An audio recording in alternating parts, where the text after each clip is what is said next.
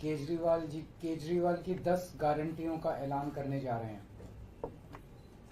मैं समझ सकता हूं कि आप लोग कहेंगे कि चुनाव तो शुरू हो चुके हैं, बहुत लेट है, हम मानते हैं, लेकिन मेरी गिरफ्तारी की वजह से इसमें थोड़ी सी देरी हुई है। अभी भी कई चरण चुनावों के बाकी हैं। वैसे तो ये गारंटियां केजरीवाल की गारंटी के नाम से जारी की जा रही हैं। मैंने अपने इंडिया गठबंधन के दूसरे साथियों से इसके बारे में अभी चर्चा नहीं की है, लेकिन जिस किस्म की गारंटी है, मेरा विश्वास है कि इंडिया गठबंधन के किसी भी सदस्य को इसके बारे में परेशानी नहीं होगी। लेकिन ये केजरीवाल की गारंटी है, तो मैं इसकी गारंटी लेता हूं कि मैं अब इंडिया गठबंधन की सरकार बनने के बाद इन सब गारंटियों को मैं अपने सभी साथियों से पूरी करवाऊंगा।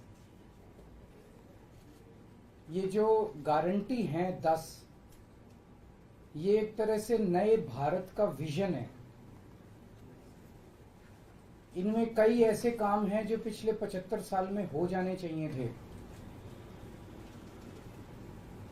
जो भी कारण रहे नहीं हो पाए। इनमें कई ऐसे काम हैं जिनके बिना कोई भी राष्ट्र शक्तिशाली नहीं बन सकता। मूलभूत काम है, किसी भी राष्ट्र की फाउंडेशन का काम है, नींव रखने का काम है।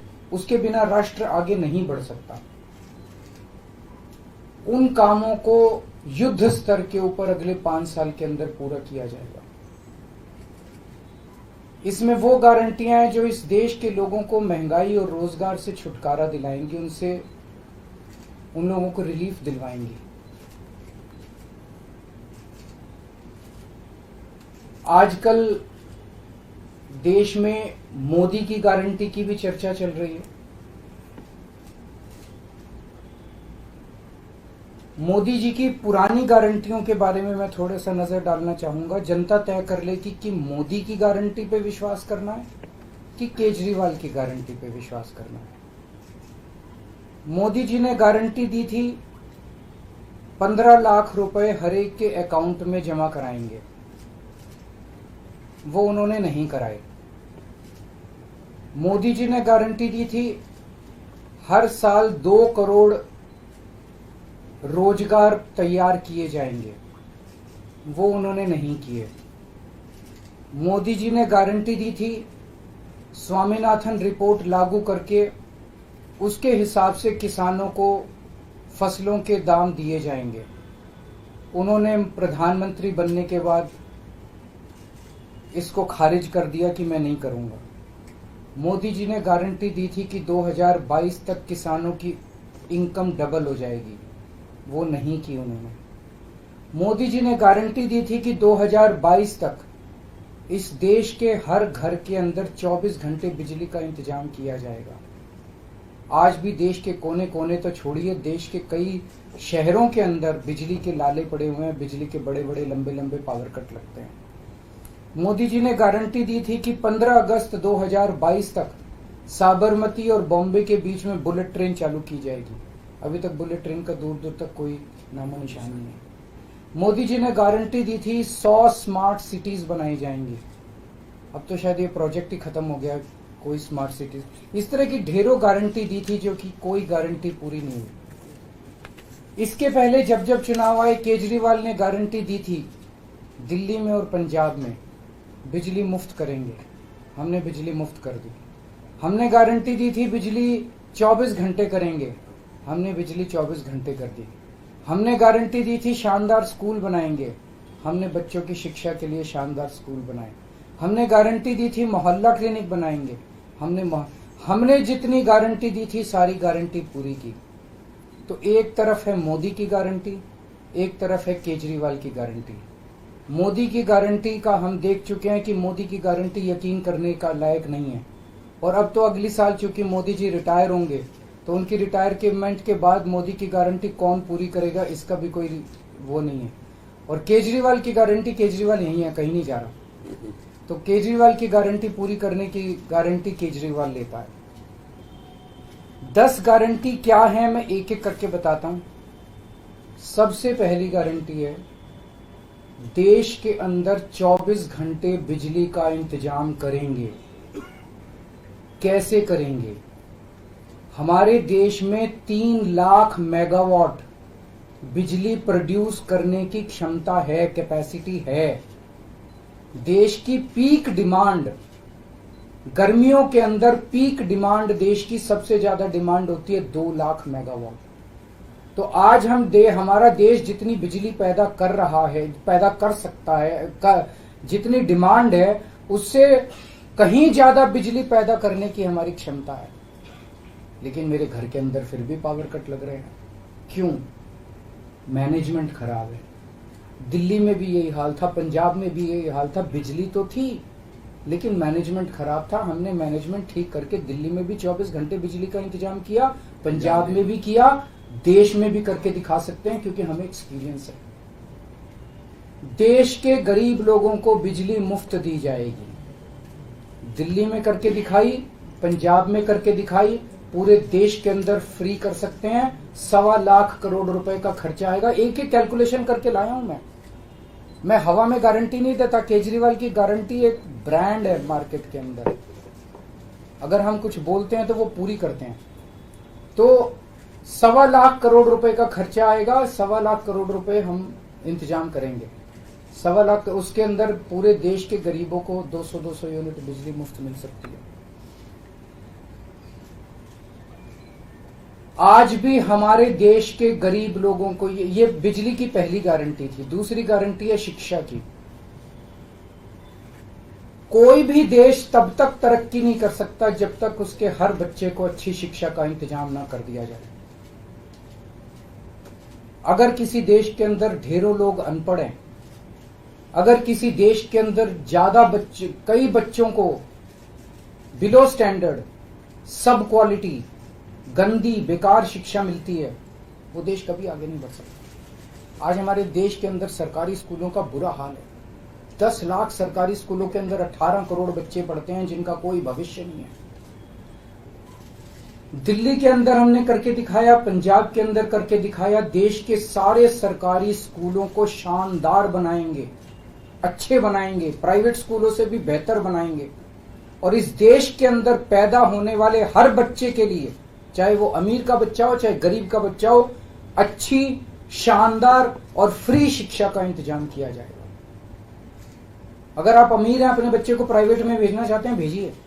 लेकिन आप अगर सरकारी स्कूल में अपने बच्चे को भेजते हैं तो प्राइवेट स्कूल से किसी 1% भी कम नहीं होगी उस शिक्षा की क्वालिटी। ऐसी शिक्षा का इंतजाम गांव-गांव के कोने-कोने, देश के कोने-कोने में अच्छी शिक्षा का इंतजाम करेंगे। दिल्ली में किया, पंजाब में किया, हमें करना आता है, हमारी नीयत है। ये काम आजादी के वक्त हो जाना चाहिए था लेकिन नहीं हुआ। देर आए दुरुस्त आए, आजादी के 75 साल बाद भी हो गया तो बहुत अच्छी बात है। इस काम को करने के लिए 5 लाख करोड़ रुपए लगेंगे। 2.5 लाख करोड़ रुपए केंद्र सरकार देगी, 2.5 लाख करोड़ रुपए राज्य सरकार देगी। हर साल 5 साल में हर साल 50,000 करोड़ रुपए का खर्चा आएगा केंद्र सरकार को। 50,000 करोड़ तो कुछ भी नहीं है। अगर 50,000 करोड़ रुपए सालाना खर्चे में मेरे देश के बच्चा अगर 18 करोड़ बच्चों को अच्छी शिक्षा मिल जाए, इससे अच्छा और क्या हो सकता है। तीसरा, स्वास्थ्य। अगर मेरे देश की जनता स्वस्थ होगी, बीमारी नहीं होगी, तो देश तरक्की करेगा। पढ़ी लिखी जनता होगी, स्वस्थ जनता होगी, तो ये 140 करोड़ लोग ही तो इस देश को आगे ले जाएंगे। कोई एक प्रधानमंत्री थोड़ी देश को आगे ले जाता है, जनता आगे ले जाती है। तो सब लोगों को अच्छे इलाज का इंतजाम करेंगे। आज अगर किसी को के घर में कोई बीमार हो जाए, बड़ी बीमारी हो जाए, सरकारी अस्पतालों का बुरा हाल है पूरे देश के अंदर और प्राइवेट वालों ने लूट मचा रखी है। पूरे देश में कोने कोने में, हर गांव में, हर मोहल्ले में मोहल्ला क्लिनिक खोला जाएगा। शानदार डिस्ट्रिक्ट हॉस्पिटल जितने, उनको मल्टी स्पेशलिटी बना के उनको शानदार प्राइवेट हॉस्पिटल्स की तर्ज पे बनाया जाएगा। और इस देश में पैदा होने वाले हर व्यक्ति का पूरा इलाज मुफ्त होगा, इंश्योरेंस के आधार पे नहीं होगा। ये बहुत बड़ा स्कैम है। जितनी सरकारी, राज्य सरकारें, केंद्र सरकार इंश्योरेंस आधारित जो स्कीम बनाती हैं, ये सब बहुत स्कैम है इंश्योरेंस कंपनीज के साथ। हम इंफ्रास्ट्रक्चर क्रिएट करेंगे, कोने कोने के अंदर, गांव गांव के अंदर इंफ्रास्ट्रक्चर क्रिएट करेंगे, हेल्थ इंफ्रास्ट्रक्चर क्रिएट करेंगे, अस्पताल बनाएंगे, मोहल्ला क्लिनिक बनाएंगे, ताकि लोग वहां जाके अपना इलाज करा सकें। और सबका इलाज मुफ्त होगा, चाहे अमीर हो चाहे गरीब हो। इसके लिए भी 5 लाख करोड़ रुपए का खर्चा आएगा। 2.5 लाख करोड़ राज्य सरकार देगी, 2.5 लाख करोड़ केंद्र सरकार देगी। 5 साल के अंदर 5 लाख करोड़ रुपए, हर साल 50-50 हजार करोड़ का खर्चा आएगा। राष्ट्र सर्वोपरि हमारी चौथी गारंटी। चीन ने हमारे देश की जमीन पे कब्जा कर लिया। हमारी केंद्र सरकार से जब भी पूछा जाए वो कहते हैं कोई नहीं आया, कुछ नहीं हुआ। सब जानते हैं, पूरी दुनिया जानती है, सैटेलाइट का जमाना है, सबके पास तस्वीरें हैं कि किस तरह से चीन ने हमारी सरजमी के ऊपर घुस के और उसके हमारी जमीन के ऊपर कब्जा कर लिया। जुठलाने से समस्या का समाधान नहीं होगा, लोगों से छुपाने से समस्या का समाधान नहीं होगा। हमारे देश की सेना के अंदर बहुत ताकत है।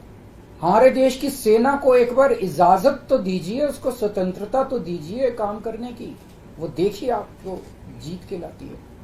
तो हमारे देश की जितनी जमीन पे चाइना ने कब्जा किया हुआ है, उस जमीन को चाइना के कब्जे से छुड़वाएंगे। इसके लिए एक तरफ डिप्लोमेटिक लेवल पे एफर्ट्स किए जाएंगे और सेना को पूरी स्वतंत्रता दी जाएगी कि वो इसके बारे में जो कदम उठाना चाहे कदम उठा सकती है। सेना को आज जो रोका जा रहा है वो रोका नहीं जाएगा। आज हमारी ये अग्निवीर योजना जो है कि हमारे युवाओं को फौज में भर्ती करके 4 साल के बाद निकाल दिया जाता है। लोगों की एक ओनरशिप नहीं बनती। 4 साल के बाद अगर आप निकाल देंगे तो एक तरह से हम सेना को सबसे कटिंग एज लेवल के ऊपर हम कमजोर कर रहे हैं। ये अग्निवीर योजना सेना के लिए भी बहुत हानिकारक है और जो बच्चे युवा हमारे अग्निवीर बन के जा रहे हैं वो लोग भी बहुत त्रस्त हैं। अग्निवीर योजना को बंद किया जाएगा। जितने बच्चों को अभी तक अग्निवीर में शामिल किया जाए उनको पक्का डिक्लेयर किया जाएगा। उनको पक्का राष्ट्रीय सम्मान भी नहीं मिलता संस्कार के समय, तो उनको पक्का किया जाएगा, उनको पक्का डिक्लेयर किया जाएगा। और सेना के अंदर ये ठेकेदारी के ऊपर एक तरह से कच्चे में अग्निवीर तो कच्ची नौकरी हुई ना, कच्ची नौकरी ये बंद की जाएगी और वापस पक्के के अंदर बच्चों को लिया जाएगा। और सेना को ये अग्निवीर योजना लाए थे क्योंकि केंद्र सरकार का मानना था कि सेना के ऊपर उनकी तनख्वाह और उनकी पेंशन के ऊपर पैसा ज्यादा खर्च हो रहा है। सेना के ऊपर, उस देश की सुरक्षा के ऊपर जितना पैसा खर्च करने की जरूरत है उतना पैसा खर्च किया जाएगा। देश की सुरक्षा के साथ खिलवाड़ नहीं किया जा सकता। छठी गारंटी किसानों के लिए। किसानों को आप इज्जत की जिंदगी दे सकते हैं अगर आप उनको उनकी फसलों के पूरे दाम दे दें। किसान कोई भीख नहीं मांग रहा, किसान अपना हक मांग रहा है। किसान अपनी बारिश में, धूप में मेहनत करके और अपनी फसल उगाता है और उसके बाद जब उसको फसलों के पूरे दाम नहीं मिलते तब वो अपने ऋण नहीं चुका पाता, आत्महत्या करने के लिए मजबूर होता। अगर आप उसकी फसलों के दाम सुनिश्चित कर दें तो किसान को आपसे कोई फेवर नहीं चाहिए। स्वामीनाथन रिपोर्ट के आधार के ऊपर किसानों को उनकी फसलों के सभी फसलों के पूरे दाम एमएसपी के आधार पर पूरे दाम दिलवाए जाएंगे। 7वीं गारंटी, दिल्ली को पूर्ण राज्य का दर्जा दिलवाया जाएगा, जो दिल्ली वासियों का कई दशकों से दिल्ली के लोगों का हक है। बेरोजगारी, आज पूरे देश का युवा बेरोजगारी से त्रस्त है। इसके लिए हमने बहुत डिटेल्ड प्लानिंग की है। हमारे मंत्रियों ने, हमारी टीम ने बैठ के, सब लोगों ने बैठ के कि 1 साल के अंदर 2 करोड़ रोजगार का इंतजाम किया जाएगा ताकि हमारे युवकों को बेरोजगारी से निकाला जा सके। ये प्रोडक्टिव और इफेक्टिव एम्प्लॉयमेंट होगी। भ्रष्टाचार, बीजेपी की वॉशिंग मशीन को चौराहे के ऊपर खड़ा करके तोड़ा जाएगा। बीजेपी की वॉशिंग मशीन इस देश का भ्रष्टाचार का सबसे बड़ा कारण है। सबसे बड़ा सोर्स जो है वो बीजेपी की वॉशिंग मशीन है। ईमानदार लोगों को जेल भेजने और बेईमानों को संरक्षण देने की आज जो मौजूदा व्यवस्था है, इस व्यवस्था को समाप्त किया जाएगा। दिल्ली और पंजाब में जिस तरह से हमने भ्रष्टाचार पे दोनों लेवल पे, छोटे लेवल का भ्रष्टाचार और बड़े लेवल का भ्रष्टाचार, हमने जो वार किया है, उसी लेवल पे इफेक्टिव तरीके से पूरे देश को भ्रष्टाचार से निजात दिलवाई जाएगी। और 10वीं और आखिरी गारंटी व्यापारियों के लिए, अगर किसी देश के अंदर व्यापारी और उद्योगपति खुल के व्यापार नहीं कर सकते, अपने व्यापार को नहीं बढ़ा सकते, तो वो देश कभी तरक्की नहीं कर सकता। उस देश के अंदर कभी जॉब्स पैदा नहीं हो सकते। और ये डेटा बताता है कि पिछले 8-10 साल के अंदर इस देश के 12 लाख हाई नेटवर्थ इंडिविजुअल्स, बड़े बड़े अमीर लोग इस देश के अंदर व्यापार और उद्योग बंद करके विदेशों में चले गए हैं, क्योंकि इस देश के अंदर आतंक मचा रखा है सरकार, केंद्र सरकार ने, उन लोगों को डराने का, धमकाने का। जीएसटी को पीएमएलए से बाहर किया जाएगा, जीएसटी का सरलीकरण किया जाएगा, सारी प्रशासनिक और लीगल व्यवस्थाओं को सरलीकरण किया जाएगा, और एक ऐसी व्यवस्था की जाएगी कि अगर इस देश के अंदर कोई सही तरीके से व्यापार करना चाहे तो वह व्यापार कर भी सकता है, उद्योग खोल भी सकता है, ज्यादा परमिशंस की जरूरत नहीं होगी, और बड़े स्तर के ऊपर हम व्यापार को और उद्योग को, हमारा टारगेट चाइना को पीछे छोड़ना है, जो आज इस दुनिया के अंदर इसमें व्यापार में और उद्योग में और प्रोडक्शन में बहुत आगे है। हमारा कंपटीशन उनके साथ है। तो इसके लिए सभी व्यापारियों को, उद्योगपतियों को आगे बढ़ने का मौका दिया जाएगा। ये हम लोगों की 10 गारंटी है और मजबूत गारंटी है, और मैं समझता हूं कि देश को इन सब उससे तरक्की मिलेगी। अगर आपके कोई प्रश्न है तो। वॉशिंग मशीन वाली बात कही, तो क्या इसका मतलब है कि जो कार्रवाई हो रही है वैसी कार्रवाई आप लोग करेंगे? नहीं, हम कह रहे हैं वॉशिंग मशीन तोड़ेंगे। हम ये कह रहे हैं कि आज ईमानदार लोगों को पकड़ पकड़ के जेल भेजा जा रहा है, बेईमानों को वो अपनी पार्टी में शामिल करके संरक्षण देते हैं और उनको ईडी और सीबीआई के केस में, ये व्यवस्था बंद की जाएगी। जो असली बेईमान है, जिन्होंने असली में बेईमानी की है, उन लोगों को पकड़ा जाएगा। इस तरह से पॉलिटिकल तरीके से विक्टिमाइजेशन बंद किया जाएगा। कल आपने प्रधानमंत्री की उम्र को लेकर जो बात की, उसमें गृह मंत्री का बयान है, उन्होंने कहा कि जो भाजपा के कानून में ऐसी बात नहीं लिखी हुई है और देश भर के लोग चाहते हैं उत्तर से दक्षिण तक कि नरेंद्र मोदी प्रधानमंत्री। देखिए, कल मैंने बोला था कि मैंने क्या बोला था, 2014 में प्रधानमंत्री जी ने खुद ने कानून बनाया था, अपने नियम बनाए थे बीजेपी के लिए कि 75 साल की उम्र होने पे भारतीय जनता पार्टी के अंदर उनको कोई भारतीय जनता पार्टी अपने किसी भी नेता को किसी तरह की कोई जिम्मेदारी नहीं देगी और उनको रिटायर किया जाएगा। उस नियम के आधार पे आडवाणी जी को रिटायर किया गया, मुरली मनोहर जोशी जी को रिटायर किया गया, सुमित्रा महाजन जी को रिटायर किया गया, यशवंत सिन्हा जी को रिटायर किया गया, रीता बहुगुणा जोशी जी को रिटायर किया गया, संतोष गंगवार जी को, कई लोगों को रिटायर किया गया, यशवंत सिन्हा जी को रिटायर किया गया। तो कल जब मैंने कहा कि उस नियम के हिसाब से 17 सितंबर 2025 यानी कि अगले साल प्रधानमंत्री जी जब 75 साल के हो जाएंगे तो वो भी रिटायर हो जाएंगे। जब मैंने ऐसे कहा तो कल मैंने देखा कि बीजेपी के बहुत सारे नेताओं ने ये कहा कि वो नियम 75 साल वाला मोदी जी के ऊपर लागू नहीं होता। तो मैं समझता हूं कि जब भी ऐसा कुछ होता है, जब किसी पार्टी के सबसे बड़े नेता के ऊपर कोई टिप्पणी की जाती है, तो जाहिर तौर पे उनकी पार्टी के लोग उनको उनके समर्थन में बोलते हैं। लेकिन मैं समझता हूं कि प्रधानमंत्री जी ने कुछ नहीं बोला अभी। उनकी पार्टी के नेता कह रहे हैं कि नहीं, हम उनको रिटायर नहीं होने देंगे, ये उनकी भावना है, उनके पार्टी के नेताओं की भावना है। प्रधानमंत्री जी ने जो नियम बनाया जिसके तहत आडवाणी जी को रिटायर किया गया, मैं समझता हूं कि प्रधानमंत्री जी किसी भी हालत में उस नियम को अपने ऊपर लागू होने से नहीं रोकेंगे। वो ऐसा नहीं कहेंगे कि जिस नियम में आडवाणी जी रिटायर हुए मैं उस नियम पे अपने ऊपर नहीं, या तो प्रधानमंत्री जी कह दें कि वो नियम अब मेरे ऊपर लागू नहीं होगा, आडवाणी जी के लिए बनाया था वो, या तो वो कह दें। लेकिन मैं नहीं समझता कि प्रधानमंत्री जी ऐसा कहेंगे। तो जाहिर तौर पे बाकी नेता सारे सपोर्ट कर रहे हैं उनको, लेकिन प्रधानमंत्री जी तो रिटायर होंगे। वो ऐसा, मेरी गुजारिश ये है कि प्रधानमंत्री जी ये बता दें कि उनका सक्सेसर कौन होगा, नहीं तो आपस में मारकाट मचेगी उनके अंदर। दूसरी चीज, एक और चीज है, कल मैंने जो कहा कि वन लीडर वन नेशन का जो वन नेशन वन लीडर का जो उनका वो आइडिया चल रहा है, उसके तहत एक तरफ वो विपक्ष के सारे नेताओं को जेल भेज रहे हैं और अपनी सारी पार्टी के सारे नेताओं की राजनीति खत्म कर रहे हैं। शिवराज सिंह चौहान जी की वसुंधरा राजे की डॉक्टर रमन सिंह को राजनीति से गायब खत्म कर दिया, खट्टर साहब को कर दिया। और अब जब मैंने जनता से पूछा, सारी जनता बोली योगी जी का अगला नंबर है। तो कल इनकी पार्टी के सारे नेताओं ने मोदी जी के लिए तो कहा कि मोदी जी पे 75 साल वाला लागू नहीं होगा, लेकिन एक भी नेता ने ये नहीं कहा कि योगी जी को नहीं हटाया जाएगा। तो एक तो ये पक्की हो गई पिछले 24 घंटे में बात कि अगले 2 महीने के अंदर योगी जी को उत्तर प्रदेश के सीएम से हटाया जा रहा है। इस देश के बच्चे बच्चे की जुबान पे ये था कि योगी जी को अगले 2 महीने में चुनाव जीतते ये लोग हटाएंगे। तो ये बात तो कल पक्की होगी कि योगी जी को हटाया जा रहा है। सर, आपने अक्साई चीफ का नाम लिया पर पीओके का नाम नहीं लिया। पीओके पे क्या रणनीति रहेगी हमारी? बिल्कुल, वो इसका हिस्सा है, भारत का हिस्सा है, उसको भी वापस लेके रहेंगे।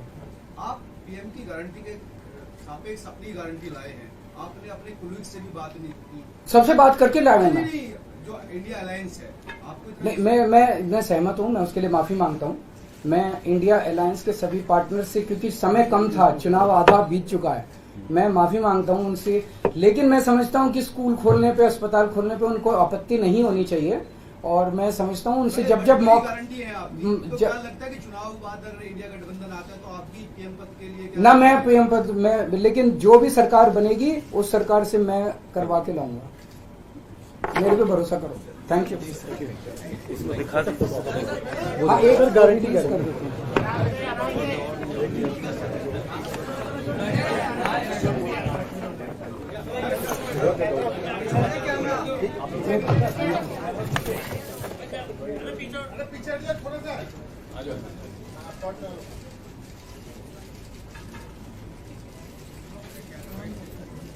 Thank you. How many seats are you winning in Delhi? Or you're contesting 22 seats in all, so how many seats are you expecting to win? Delhi में सारी बीजेपी हारी है, बीजेपी हारेगी सारी जितनी है। माहौल आप एक बार ही जाके देखो, आपको तो, आप तो सारे पत्रकार घूमते ही रहते हो। आज शाम को 2 जगह जा रहा हूँ, मोती नगर और दिल्ली से बाहर। अभी जो फिक्स हुआ है, क्या क्या है? बिहार में महाराष्ट्र 17 तारीख को है, 16 तारीख को रांची है शायद, पंजाब उसके बाद है 16 तारीख को सुबह रांची है, शाम को पंजाब है, 15 तारीख को लखनऊ है, और भी बन रहे हैं अभी plan. So you have Sir, will you be PM if India Alliance getting power? Akash?